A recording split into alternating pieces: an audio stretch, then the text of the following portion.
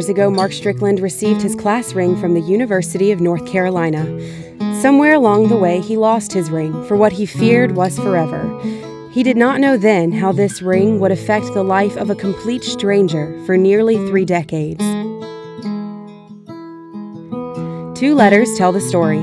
Josh Riley, a Durham native and avid UNC fan, was a young teenager when his grandfather showed him a Carolina class ring he'd found. When his grandfather passed away, Josh asked for this ring as a keepsake and inspiration. When he passed away, I was asked if there was anything of his that I wanted. The ring was the only thing I asked for.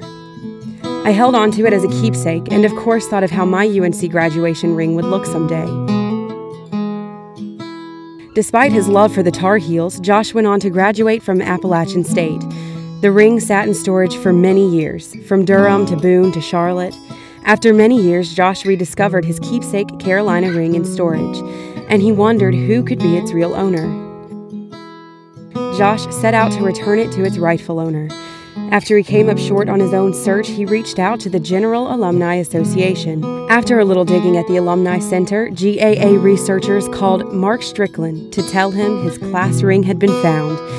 His ring had been on a journey, but it was waiting for him after nearly 3 decades. At first it wouldn't fit, but then I managed to slide it over a knotty knuckle, and Carolina pride rushed over me.